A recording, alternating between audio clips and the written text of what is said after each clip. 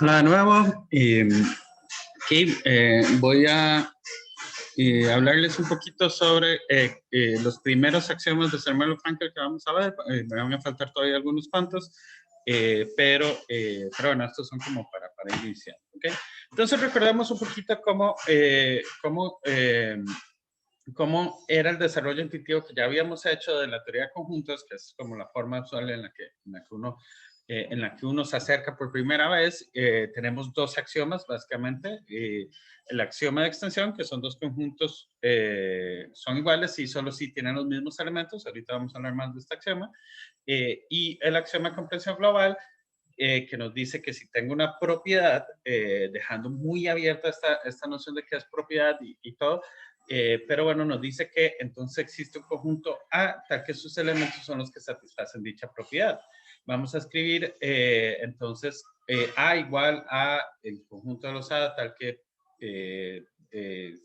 A satisface B, digamos. O sea, ok, estos dos son la forma usual en la que originalmente, digamos, Cantor y Dedekind empezaron a desarrollar la teoría de conjuntos y pues como ya hemos visto, entrañan problemas completamente importantes, y es un poquito la fuerza del axioma de comprensión global. De hecho, veamos un poquito esa fuerza porque va a estar directamente relacionada con lo que queremos tener en nuestro, o sea, el tipo de cosas que nos da esto y que si vamos a habilitar este axioma, en cierta medida vamos a tener que agregar. ¿Ok? Entonces, como dice aquí, esto es suficiente para hacer muchas de las operaciones que conocemos en teoría de conjuntos. Por ejemplo, ¿a qué me refiero con operaciones? Básicamente, por ejemplo, agarrar, dado dos cosas, hacer un conjunto que tenga esas dos cosas adentro, dado dos conjuntos, hacer un conjunto que sea la unión de esos dos, dado un conjunto, hacer el conjunto de partes, y dado un conjunto y una función, hacer eh, el conjunto de imágenes, digamos. ¿Ok? Entonces, vamos a ver ahora que necesitamos que vamos a habilitar un poco de comprensión para evitar la paradoja de Russell, pero entonces tenemos que tener en mente estos conjuntos para poder ver cómo los construimos. Ya eso lo va a quedar un poquito más claro más adelante. Nada más veamos un poquito, como les digo, sería bueno que intenten con los demás, pero quiero reescribir o justificar la existencia de este conjunto a partir de estos axiomas. Entonces, ¿qué es el punto? Tome P la propiedad, o sea, dados A y B, o sea, dados, esas letras, dados A y B conjuntos, entonces tome P como la propiedad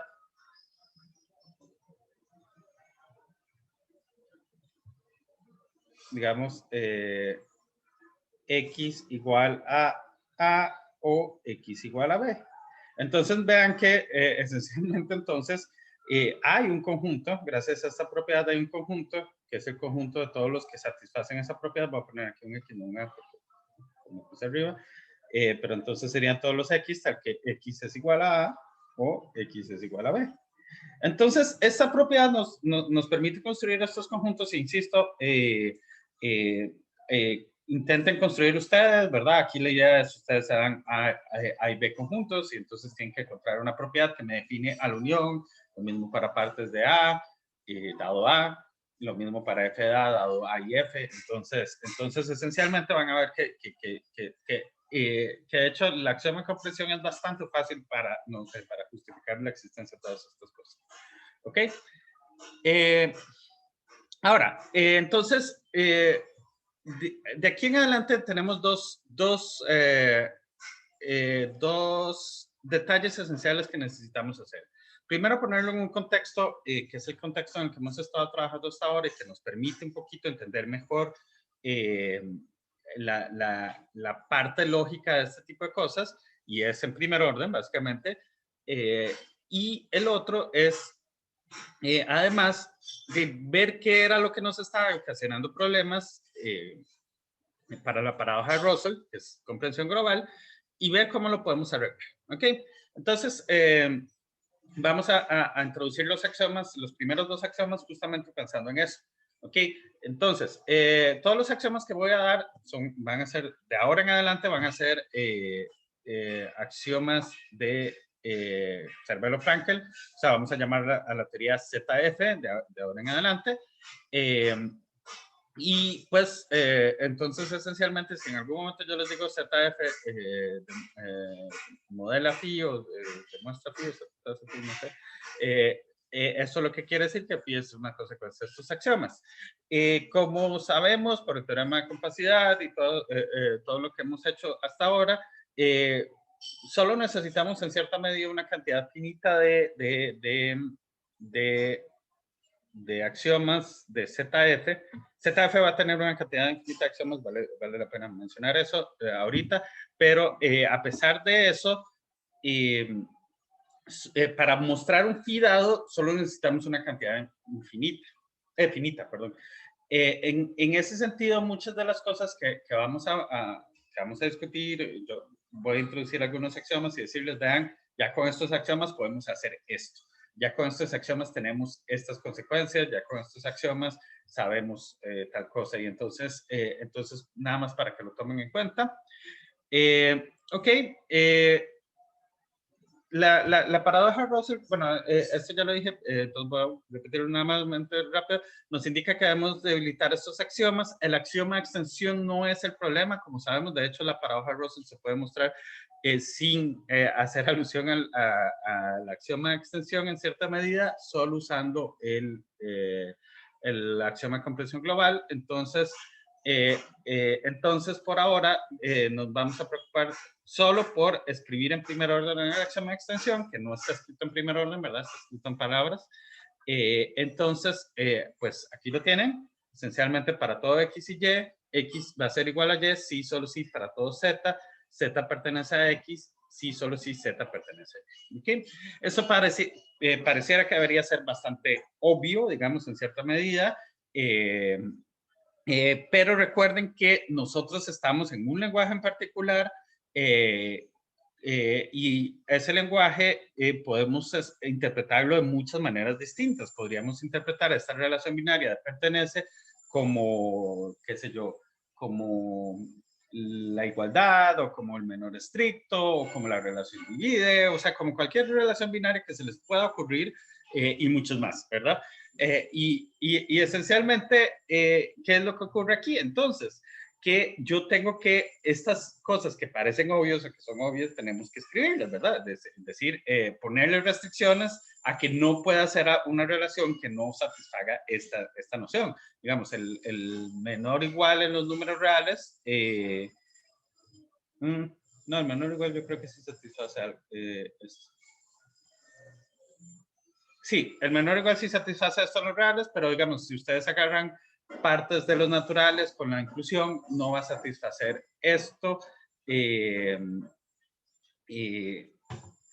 sea, interpretando el pertenece como la inclusión, no va a satisfacer esto a grosso modo porque esto en cierta medida sería como si todo lo que está por debajo es igual y entonces ustedes nada más tienen que pensar en como esta cosa.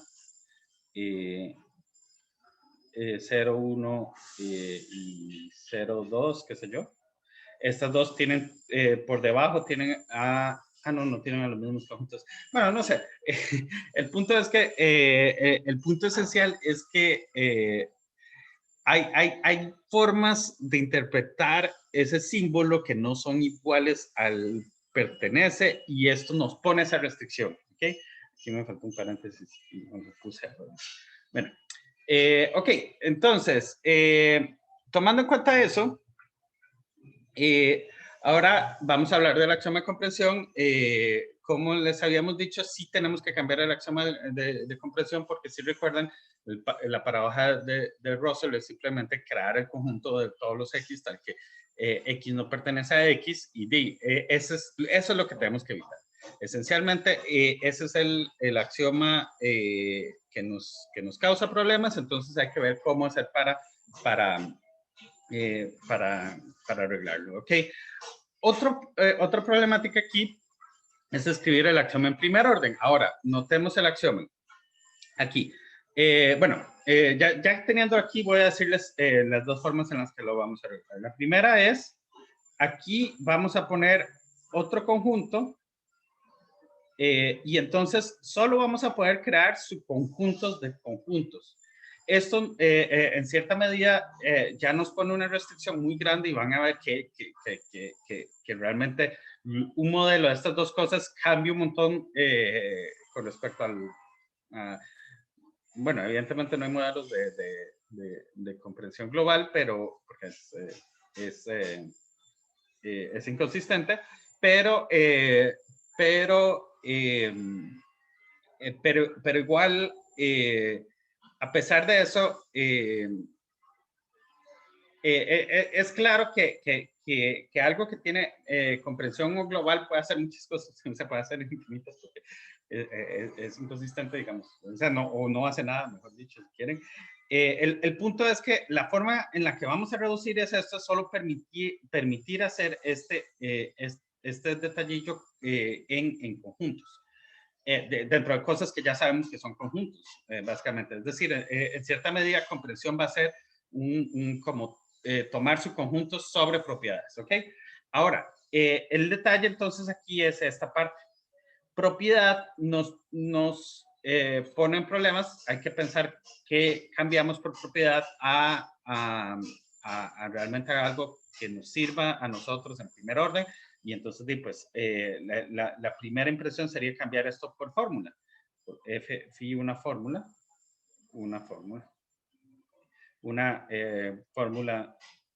en el lenguaje que tenemos, ¿verdad? De primer orden y todo perfecto. Pero hay un pequeño detalle más. Además, noten que este axioma cuantifica sobre las propiedades, ¿verdad? Aquí está diciendo para todo P, propiedad. Y entonces, si yo quisiera escribir aquí, tendría que escribir para todo phi fórmula. Eso no lo puedo hacer. Entonces, vamos a hacer un arreglo que ya lo hemos hecho anteriormente.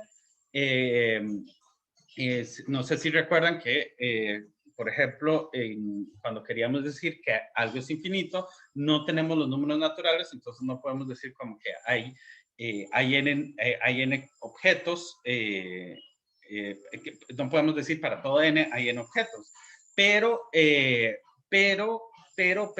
lo que habíamos hecho era entonces, en lugar de meter un único axioma, es para cada n en los naturales, metemos un axioma que me diga hay n elementos. Y eso es básicamente la misma idea que haremos aquí, nada más que con fórmulas. ¿Ok? Entonces, eso, por eso aquí arriba dice axiomas y vamos a, y pues esencialmente, como estos todos, como un conjunto de axiomas que todos tienen más o menos la misma forma, lo vamos a llamar un esquema de axiomas por lo tanto, esencialmente, como les dije anteriormente, en lugar de un único axioma, vamos a meter para cada fórmula phi un axioma nuevo. ¿Ok? ¿Cuál va a ser ese? Aquí tal vez voy a repetir esto, ya lo había dicho. La idea esencial va a ser entonces que esto sea la propiedad y limitar sobre dónde podemos hacer la comprensión. Vean que comprensión da una idea de achicar las cosas, ¿verdad? Hacerlas más pequeñas. Entonces, justamente, la cuestión con comprensión global es que era una comprensión con respecto al universo, digamos. Yo tengo el universo, entonces puedo agarrar cualquier subconjunto del universo, en cierta medida. Esto lo vamos a limitar aquí un montón. Vamos a decir, ok, no, yo nada más puedo hacer comprensión local, bueno, si quieres, es una especie de comprensión local, pero yo nada más sé que si yo sé que A, aquí estoy escribiendo tal vez A como un conjunto, pero recuerden que en cierta medida, o sea, los elementos de U son estas cosas, pero también son subconjuntos del universo. No es que todos los subconjuntos del universo sean, sino que todos los elementos del universo son conjuntos, pero al revés no. No todos los conjuntos del universo son conjuntos. El punto es que si A sí es un conjunto y ustedes tienen ahí, entonces es un subconjunto también, entonces, ¿qué es lo que va a pasar? Ustedes pueden hacer un subconjunto aquí adentro, dada una propiedad. ¿Ok? Y esto también le pone bastante límite por el hecho de que entonces no estamos permitiendo como cualquier propiedad, no permitimos cosas del segundo orden, no permitimos ese tipo de cosas, pero bueno, vamos a ver que tal vez así a secas sí nos va a causar un poquito de problemas. Vamos a necesitar meter muchos más axiomas de los que teníamos originalmente en la noción intuitiva. Pero bueno, igual esto nos va a ayudar a ir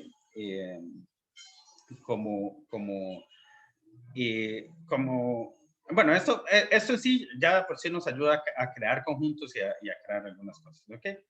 Entonces, esa es la idea.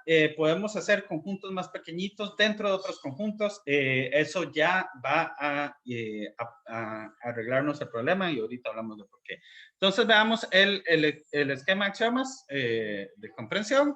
Entonces, esencialmente, para cada fórmula, phi de x con x1 hasta xn, todas estas son posibles variables libres, ¿verdad? Podrían ser menos. Entonces, vamos a meter en ZF al axioma para todo x1 hasta xn, para todo a, existe un b, tal que para todo x pertenece a b, si solo si x pertenece a y phi de x, x1 hasta xn. Entonces, ¿qué es lo que nos está diciendo esto? Veamos, estas cosas van a ser parámetros, básicamente. Son cosillas ahí que yo puedo meter un poquito para darme un poquito más de libertad de crear cosas. Y pues bueno, dado A, ya sí va a ser el conjunto donde yo quiero hacer este conjunto, le puse esta misma letra para que sea sugestivo de lo que acaba de escribir, ¿verdad? Y aquí vale la pena mencionar eso. Muchas veces cuando uno hace teoría de conjuntos de una forma intuitiva, como en 150, cuando ustedes lo llevaron, uno tiende a escribir letras minúsculas para los elementos y letras mayúsculas para los conjuntos y cosas así. Hay que recordar que la forma en la que estamos viendo, lo que estamos axiomatizando es un mundo en donde todo el mundo es conjunto. Recuerden, eso lo hablamos en la clase. Todo el mundo es conjunto y por lo tanto todo elemento es conjunto también a su vez. Y entonces no hay ninguna diferencia entre usar mayúsculas o minúsculas. Estoy haciendo el uso de mayúsculas versus minúsculas un poquito por facilidad y de lectura, pero finalmente la idea es todo el mundo es lo mismo, ¿ok? Entonces, de hecho, en algunos lugares van a encontrar todo escrito con XIs y yo siento que la lectura se hace un poquito más difícil y por eso es que decía hacerlo así. Ok, entonces vamos a entender un poquito, como les digo, estos son cosas que vamos a llamar parámetros y son simplemente cosas que nos van a cambiar esta fórmula en cierta medida. Este es el conjunto donde voy a hacer el subconjunto. Y pues bueno, aquí es donde ya nos está diciendo algo, nos está diciendo que sí existe un nuevo conjunto. Entonces, si ustedes piensan en estos axiomas como algo que les permite justificar la existencia de otras cosas, esta es la parte que les permite justificar la existencia. O sea, ustedes se dan x1, xn y a, y para encontrar el b, entonces ustedes tienen que apelar a este existe, básicamente, ¿ok? Ahorita vamos a ver ejemplos y entonces va a quedar un poquito más claro. Y finalmente, esto lo que me dice es simplemente, si lo quieren, es la igualdad de conjuntos que queremos, ¿verdad? O sea, esto nos dice para todo X va a estar en B si solo si X satisface todo esto, es decir, X está en A y además phi de X de X1 hasta Xn, ¿ok? Y entonces es básicamente... o sea, pensando un poquito en el axioma de extensión, esencialmente esto les dice, B es el conjunto de las cosas que satisfacen esto que está a la derecha. Y esto se va a repetir en los demás. Entonces o esta forma o esta figura de poner existe un B tal que para todo X está en B si solo si pasa algo, ¿ok? Entonces, en cierta medida, este es el lado que me define al conjunto este que existe, ¿ok? Otros detalles, noten que gracias a extensión obtenemos unicidad de una vez. ¿Por qué? Por exactamente lo mismo que acabo de decir. Noten que si digamos yo tengo otro B', si existe otro B', si tengo otro B', que me satisface todo esto para el mismo X1, Xn y A, ¿verdad? Entonces, ¿qué es lo que va a pasar? Que X, que para todo X, X está en B', sí, solo sí, X está en A, y phi de X1, X1 hasta Xn. Y pues, ¿qué me dice esto? Esencialmente, noten que, pues, esto me dice que X está en B', sí, solo sí, X está en B. ¿Verdad? Después de pasar bueno, quitar estos porque ya los existen y no sé qué, y de pasar básicamente esto es equivalente a esto, sí, solo si esto es equivalente a esto, y pues bueno, básicamente esto me dice entonces por el axioma de extensión que B'.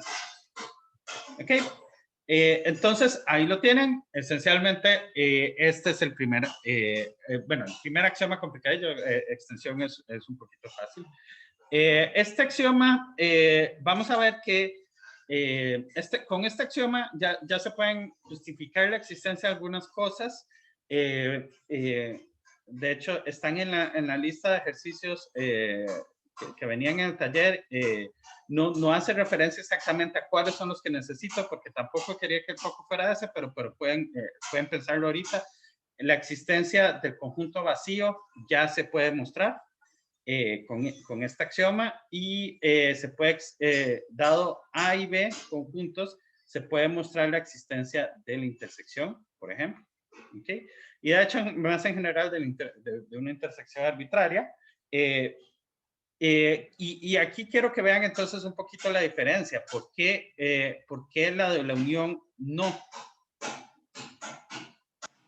La intersección tiene la ventaja de que la intersección, hagamos el diagrama de Venn, el caso es que la intersección está metida dentro de cada uno de los conjuntos. Entonces, esencialmente yo puedo poner la intersección como todos los elementos de A que también pertenecen a B, por ejemplo. Es decir, puedo ponerlo de esta forma, o sea, con esta fórmula que sea X pertenece a B, y entonces esencialmente va a ser X está en A y X está en B, y básicamente ahí ya básicamente lo tienen B.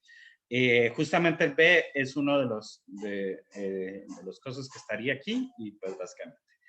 Se los dejo un poquito para que lo escriban mejor y lo piensen mejor, y podemos hablar de eso un día de estos, en la próxima clase, para estar seguros de que están entendiendo bien cómo se usan los axiomas para construir cosas. Ok, pero ¿por qué? Bueno, el problema de la unión entonces es que, digamos, yo para usar este axioma tengo que poder meterme en un lugar más grande, y en este momento yo no sé si hay un lugar más grande.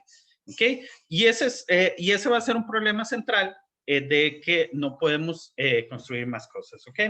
Y de hecho, entonces, bueno, un poquito de notación nada más. Vamos a escribir entonces dados A1, AN y A de esta forma. Entonces vamos a escribir B, este conjunto que existe, que ya sabemos que es único además. Entonces vamos a escribirlo como los A en A, tal que fidea A1 hasta N. ¿Ok? Note que el B depende de los A1 a N, así como del conjunto A. A estos los vamos a llamar parámetros. Este no va a ser un parámetro, aunque en cierta medida sí lo es finalmente, pero bueno. Ok, les decía que, bueno, queremos un poquito ver que esto ya nos quitó el problema de la paradoja de Russell. Y les digo aquí algo que de hecho a mí me gusta mucho pensarlo, porque cuando yo vi estas cosas por primera vez, yo sentí que el problema de la paradoja de Russell, recuerden que la paradoja de Russell, uno crea este conjunto, el conjunto de las cosas que no pertenecen a sí mismas, y este conjunto da problemas, ¿verdad? Este conjunto es el que da problemas porque entonces uno se pregunta, ¿capé ahí adentro o no? ¿Ok? Pero ¿qué es lo que estamos usando para construir eso? Ya lo he dicho varias veces, es el axioma de compresión global. Entonces, algunos de ustedes podrían decir, no, pero el problema es que permitimos este tipo de cosas. De hecho, creo que esa fue esencialmente la solución que propuso Russell para resolver este tipo de cosas, pero de que no hubiera que no hubiera permiso de hacer este tipo de autorreferencias, pero realmente eso no es el problema. En cierta medida, uno podría hacer, no vamos a hacer eso, pero uno podría hacer una teoría de conjuntos en donde hayan elementos, bueno, conjuntos que se contengan, o sea, que pertenezcan a sí mismos. Lo interesante de eso es que, como les digo, realmente tener eso o no tenerlo no nos va a cambiar absolutamente en nada las consecuencias de ser Melo Frankel. Entonces, o sea, los mundos se van a ver distintos, pero a grosso modo van a satisfacer las mismas fórmulas, van a ser consistentes. O sea, entonces, bueno, tal vez no lo... Bueno, luego lo hablaremos cuando hablemos del teorema de fundación, que es como que el que evita que pase este tipo de cosas o así. Pero finalmente, el detalle es ese. O sea, yo les digo, la primera vez que yo lo vi, mi idea era esa. El problema es X, que hayan cosas que pertenezcan a sí mismos, pero no lo es, y podemos verlo aquí además. La pregunta es, ¿son estos dos axiomas que ya hemos introducido consistentes? Y para eso vamos a dar un modelo. Entonces, tomemos U igual a el conjunto que contiene solo el vacío. ¿Ok? Entonces vean que, o sea, el dominio de esto es el conjunto que contiene el vacío. No es vacío, ¿verdad? Yo tengo algo ahí adentro y solo una cosa, y es ese vacío, ¿ok? Entonces, extensión se va a satisfacer por vacuidad, esencialmente, ¿por qué? Veamos a ver, acerquémonos a extensión. ¿Por qué se va a satisfacer? Y aquí esencialmente para todo X y para todo Y, entonces esto solo tengo una opción, ¿verdad? Solo hay un elemento y entonces me va a decir vacío debe ser igual a vacío, ¿ok? Esto es verdadero, entonces para que se cumpla el sí solo sí tiene que pasar que esto sea verdadero, entonces solo un segundo que se me salió esto aquí. Les decía que entonces hay que ver que esto se satisface y esto es lo que se satisface. Este lado es el que se satisface por vacuidad. ¿Por qué? Porque para todo Z pertenece al vacío si solo si Z pertenece al vacío. Claramente nadie pertenece al vacío, entonces esto se satisface porque se satisface esto y básicamente así. Y pues bueno, entonces el axioma de extensión se satisface por una razón, digamos, un poquito, digámoslo, tonta. El axioma de comprensión también se satisface y tal vez aquí está escrito, básicamente comprensión va a decir que existen los subconjuntos de esta forma. Los A en vacío, tal que phi de A, vacío, vacío, vacío, vacío, pero di ¿cuáles elementos hay en vacío? Ninguno, es decir, los únicos subconjuntos que tienen vacío son el vacío. Entonces, a grosso modo, este conjunto sí va a existir. ¿Por qué? Porque es el vacío. Entonces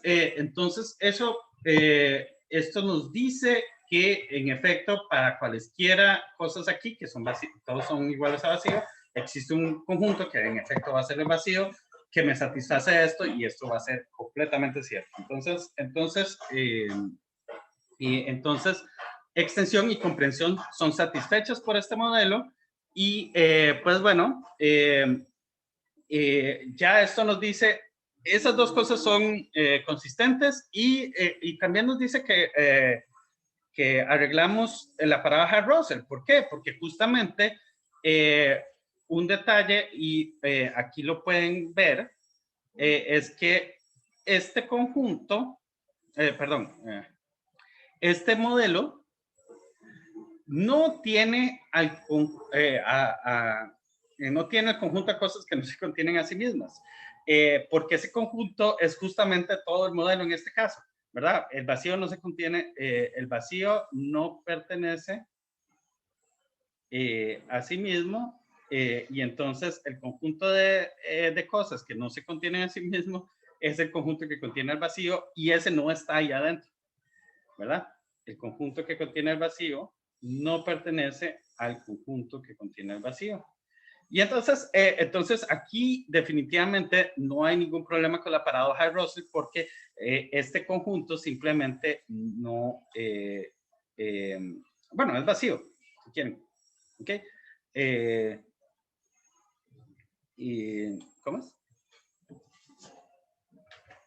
Ah, no, mentira. Este conjunto es esta cosa, y esta cosa no pertenece a sí misma, es decir, no está en U. ¿Ok?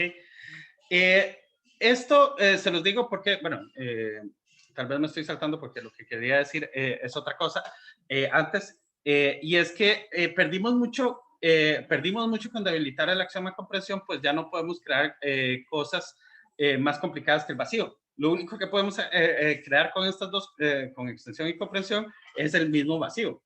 Y lo único que podemos, o mejor dicho, lo único, extensión no nos permite crear cosas, pero comprensión sí, y lo único que nos permite crear comprensión es el mismo vacío, y entonces es un poquito sin interés ahora nuestro axioma de comprensión. Bueno, no es que es esencial y útil y todo, pero ya la fuerza que tenía de comprensión global ya no la vamos a tener. Ahora sí, volviendo entonces a qué pasa con la prueba de la paradoja de Russell. Y era esto que les estaba diciendo de el vacío, el conjunto que contiene el vacío no está en U, ¿verdad? No pertenece a U porque U solo tiene el vacío. Y bien, el vacío es distinto que el conjunto que contiene el vacío, esencialmente. Pero eso, en cierta medida, nos dice, o más fuerte, más allá de lo que hace esto, nos dice que el esquema de axiomas de comprensión va a tener igual como consecuencia que no existe alguien que tenga a todo el mundo. ¿Ok? Y la razón es muy sencilla. Vamos a verla aquí. ¿Por qué? O sea, yo lo que estoy diciendo es que comprensión, o sea, todos los axiomas de comprensión, bueno, de hecho va a ser solo uno, ¿verdad? Comprensión implica que existe, no, perdón, es para todo X, existe un Y, al que Y no pertenece a X. Y veamos por qué. Porque si no fuera esto así, entonces comprensión más con más me refiero a la unión, ¿verdad? Más la negación de esto, pero la negación de esto es equivalente a existe un X, tal que para todo Y pertenece a X. Que esto es consistente. Es consistente, es decir, entonces tengo un U, existe un U tal que U es modelo de esto. Pero al ser modelo de esto, entonces sea U en U tal que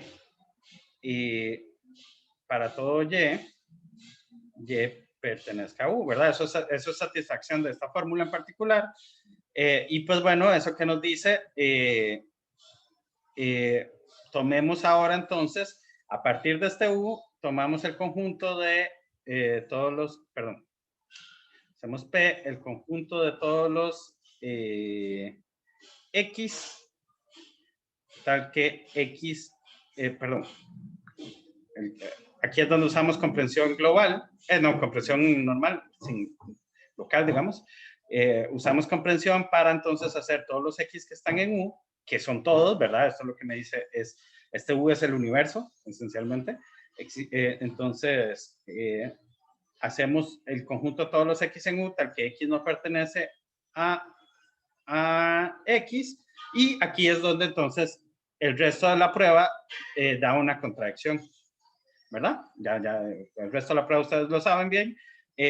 Me da esa contradicción y de pues mi hipótesis era que comprensión no mostraba esto, digamos, es decir, que esta parte era mi suposición. Entonces claramente comprensión tiene que mostrar que para todo X existe un Y que no está ahí. En particular, vean que eso lo que me dice es que comprensión se vuelve en una fórmula que me dice que el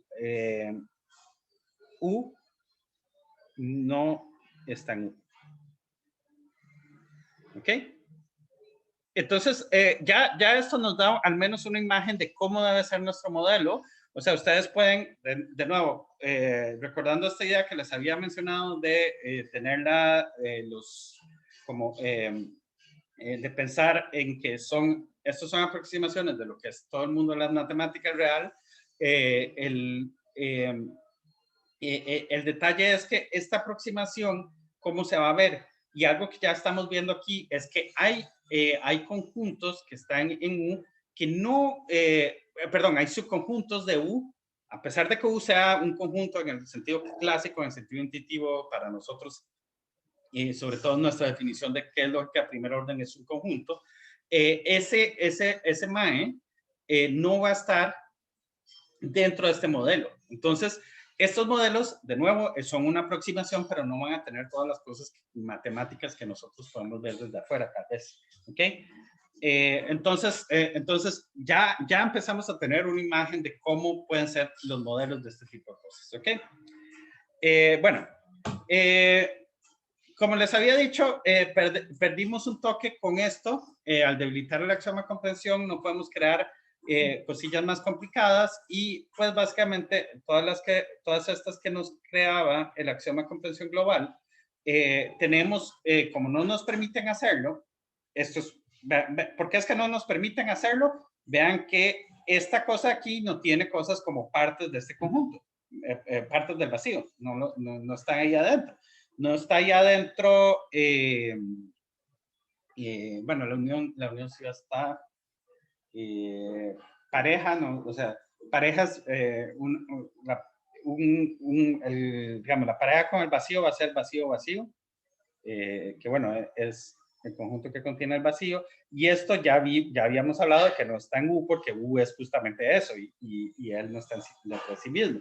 Entonces, todo ese tipo de cosas vamos a necesitar, ya que no tenemos el axioma fuerte de comprensión global, necesitamos ver cómo las metemos, ¿ok? Entonces, pues simplemente la forma sencilla sería simplemente meterlas y decir, ok, existen. Y hay un axioma que nos garantiza que existen. Y entonces eso es lo que vamos a hacer. Entonces veamos el axioma de la pareja. Este nos garantiza que dados dos elementos, voy a tener un conjunto que tiene esos dos elementos. Entonces, de nuevo, empezamos con parámetros, que son los más que yo quiero, de los cuales yo quiero hacer el conjunto que contiene exactamente a los dos. Y pues bueno, entonces aquí me dice, existe alguien que justamente estar en Y es equivalente a tener alguno de los, o sea, hacer alguno de los dos. Es decir, este me da exactamente el MAE que contiene a tanto a A como a B. ¿Ok? Bueno, dados A y B. Entonces, de nuevo, esto se va a repetir mucho. La forma, yo voy a dar existe un conjunto y voy a definirlo a través de la fórmula. Entonces, esto parece hacer una referencia directa a la comprensión global, pero el punto es eso, ya no estamos usando comprensión global, entonces yo no puedo hacer esta propiedad así en lo loco, sino que sí tengo algunas propiedades que me dan, o sea, que sí permito hacerlo alocadamente, pero son solo para algunas. En este caso es para esta, digamos. Y entonces básicamente no estoy permitiendo como tanto. ¿Ok? Otra forma en la que yo veo es que, digamos, comprensión ahora, no comprensión global, sino comprensión ahora secas, solo me permite construir hacia abajo. Y estos axiomas que de los cuales vamos a hablar ahorita nos permiten construir hacia arriba. Básicamente ustedes tienen, qué sé yo, tienen dos conjuntos y esos conjuntos van a ser conjuntos también, o sea, son elementos y conjuntos, pero entonces yo puedo construir hacia arriba y construir algo que tiene los dos. ¿Ok? Igual con la unión va a construir algo que está más arriba y etcétera. Mientras que comprensión global solo nos permite achicar, estos nos van a permitir crecer. Ok, aquí entonces este es el axioma, esto de acá es notación. Dados A y B en U, escribimos X, este X que existe lo vamos a escribir como A, B. De nuevo, es fácil entender por qué es único gracias a extensión. Y otro detalle importante aquí es, esto lo mencioné en la clase, entonces lo vuelvo a repetir aquí, y es que la forma en la que yo escribo este MAE no es necesariamente el estándar, hay mucha gente que lo escribe quitando esta dirección. ¿Por qué? Esencialmente la razón es que, digamos, esto lo que me está diciendo es, si yo quito la dirección ya no me está garantizando la existencia de este MAE, sino que simplemente me está garantizando que existe un X tal que X1, digamos, eso, esto me está garantizando esto, pero no me está diciendo que este existe. Queda la pregunta.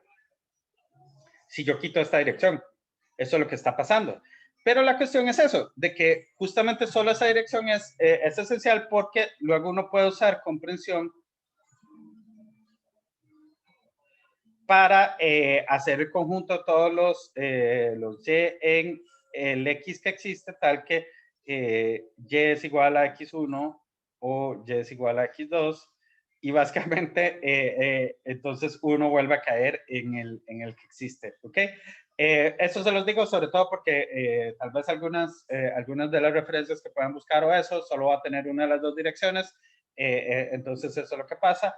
Pero con todos estos uno podría realmente hacer lo mismo, o sea, como decir nada más, existe alguien que tiene lo que yo quiero tener y luego achicarlo, o sea, como, el punto es ese, o sea, como que con una sola dirección uno nada más puede garantizar, hay algo grande que tiene a los dos y luego uno usa comprensión para solo pescar a los únicos dos que tiene y justificar que existe este, ¿ok? Pero no lo vamos a hacer así en general, vamos a hacer el sí solo sí, entonces de ahora en adelante está. Piensen así. Ok, axioma de unión arbitraria. Este creo que también tengo que explicar un toquecillo porque justamente por la parte arbitraria podemos hacer la unión, una vez que ya tenemos la arbitraria podemos hacer la unión de dos cosas, uniones finitas en general, pero sí necesitamos como crecer un poquito más, como algo más fuerte. Entonces, el axioma de la unión arbitraria lo que nos permite es que, ok, de nuevo yo me doy un A y este A va a ser una familia de conjuntos, ok, entonces todos los elementos aquí van a ser conjuntos. Algunos conjuntos, recuerden, todas mis cosas son conjuntos, ¿verdad? Entonces, y esto lo que me va a decir es que va a existir un C tal que todos los elementos de C van a ser los elementos de estos conjuntos.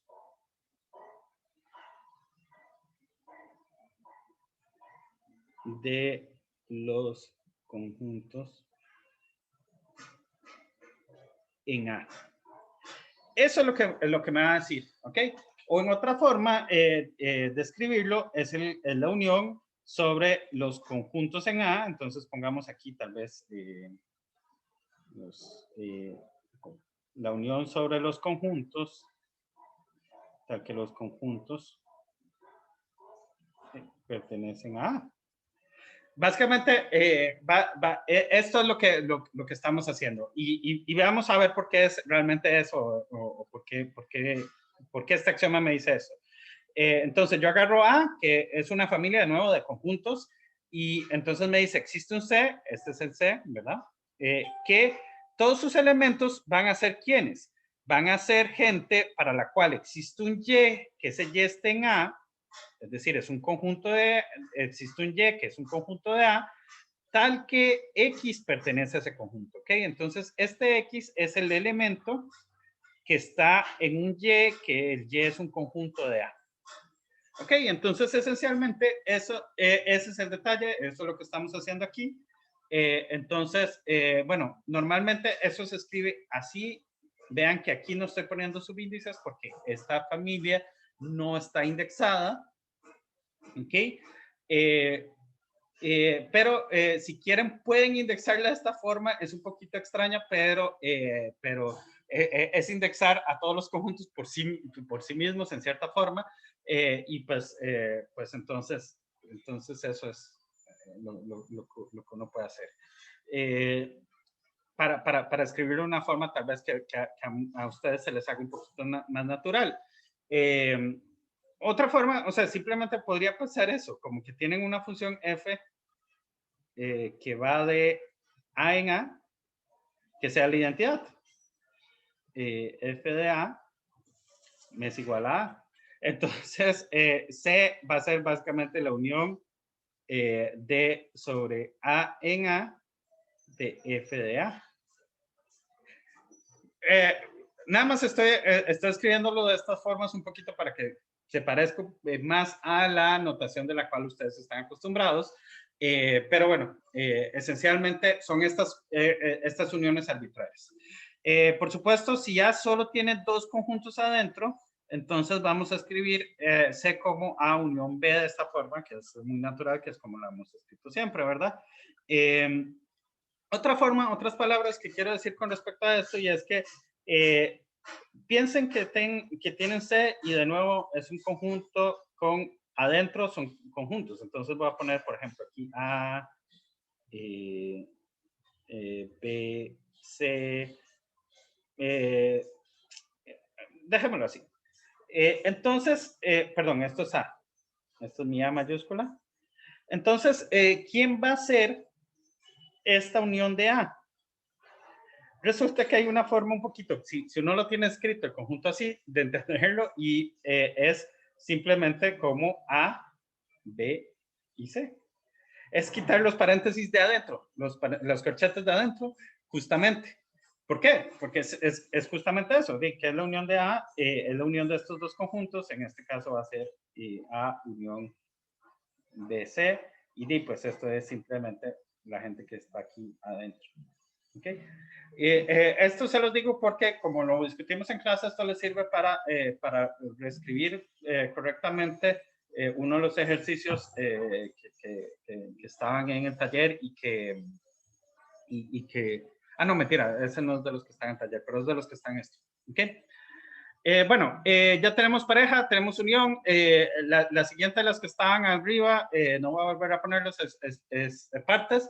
Entonces, lo primero es recordar que esto de aquí va a ser una abreviación para esta frase larga, ¿verdad? O sea, nuestro lenguaje solo tiene este símbolo, pero podemos ir metiendo símbolos extras como abreviaciones. Básicamente esto es un símbolo definido, digamos.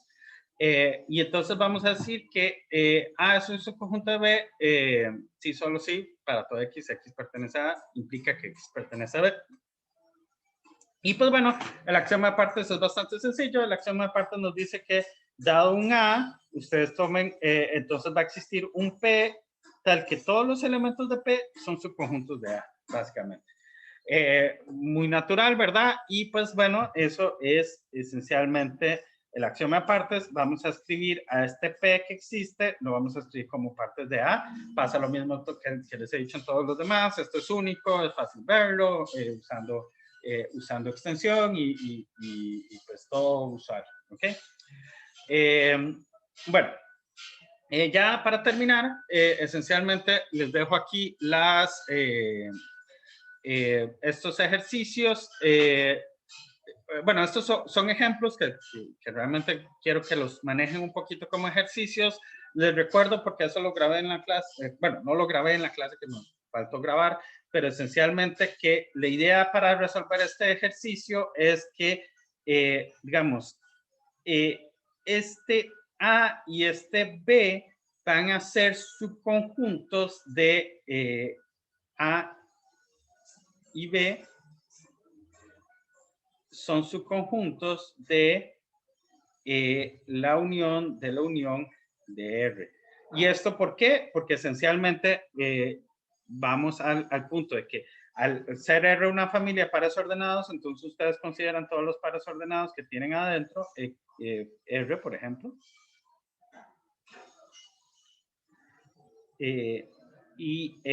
Entonces R va a ser una familia de estos. O sea, R va a tener muchos de estos. Va a tener este y va a tener muchos otros. ¿Ok? Entonces, ¿qué es lo que pasa? Cuando toman la primera unión, como les dije, con esta idea de que es borrar estas cosas, esto va a ser la primera unión.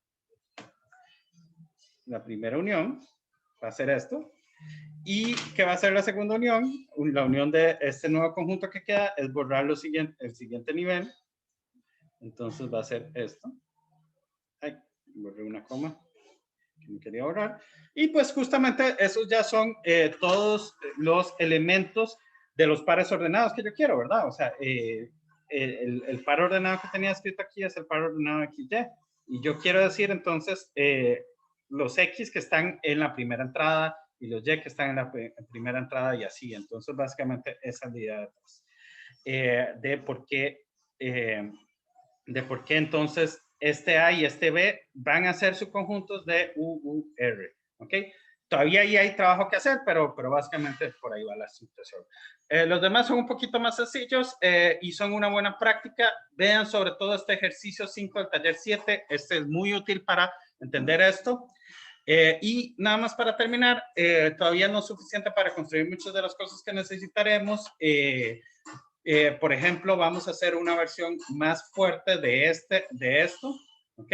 Donde esto no es necesariamente una función dentro de, porque estas definiciones que yo les estoy dando son cosas que están en U, ¿verdad? Una relación está en U de esta forma. Una función va a ser una función que pertenezca a U. Pero yo quiero también hacer F de imágenes de cosas, pero también haciendo cosas mucho más grandes, o sea, sobre funciones que no están en el lenguaje, básicamente cosas que se llaman, que podemos más o menos llamar metafunciones si quieren, pero bueno, eso lo vamos a hacer con detalle el jueves, donde vamos a hablar del reemplazo. Y hay otras cosas que no se pueden construir.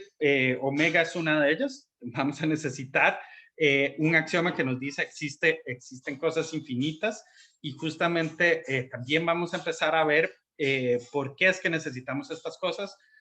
Un poquito de la misma forma que hicimos con estos axiomas los necesitamos porque este modelo no me permite construir parejas, tal vez sí me permite construir uniones, pero bueno, el axioma de la pareja no